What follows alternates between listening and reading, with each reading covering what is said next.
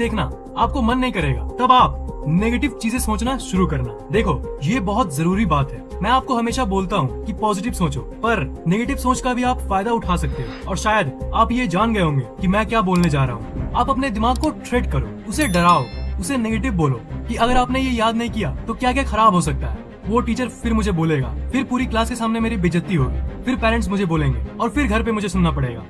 ऐसे ही थ्रेड्स बार बार अपने दिमाग को देते रहो, उसे डराते रहो। उसके बाद क्या होगा ना, आपका दिमाग थोड़ा अलर्ट हो जाएगा। ब्रो, मैं जानता हूँ कि ये एक अजीब सा तरीका लग रहा होगा आपको, पर ये काम क्यों करता है ये आप जान लो, तब आप कहोगे कि यार क्या ट्रिक है। आपके दिमाग को पढ़ने का मन इसलिए नहीं करता, और पढ़ोगे भी तो वो आपको हमेशा के लिए याद रखने वाली लॉन्ग टर्म मेमोरी में इसलिए नहीं भेजता क्योंकि आपका दिमाग अलर्ट नहीं रहता है। मतलब वो बिल्कुल थग लाइफ जैसा बेफिक्र रहता है। तो जब आप अपने दिमाग को डराते हो ना, तब आपका दिमाग थोड़ा सीरियस होना शुरू होता है। दिमाग को सीरियस करने पे वो और ज्यादा पावर से काम करता है। और जब आप अपने दिमाग को डराने के बाद उस समय किसी चीज को याद करोगे तो वो आपके शॉर्ट टर्म में नहीं बल्कि हमेशा याद रखने वाली लॉन्ग टर्म मेमोरी में जाएगी। आपको रटने की जरूरत ही नहीं पड़ेगी, क्योंकि सिर्फ एक दो बार पढ़ने के बाद ही आपको वो याद होने लगेगा।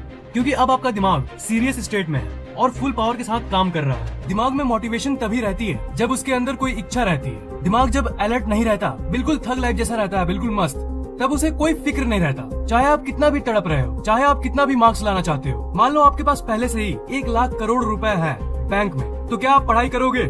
नहीं करोगे, सिंपल।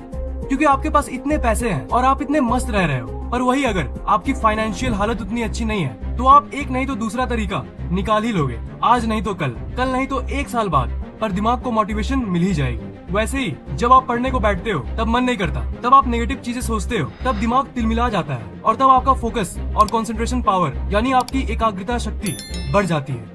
बात ये है ना, फैक्ट ये है ना कि लाइफ में और किसी परिस्थिति में ये काम ही नहीं करता। कोई भी और परिस्थिति में आप नेगेटिव मत सोचना, पर पढ़ाई में आपको सोचने की जरूरत है ताकि आपको मोटिवेशन मिले। Simply because you want motivation, just motivation पाने के लिए।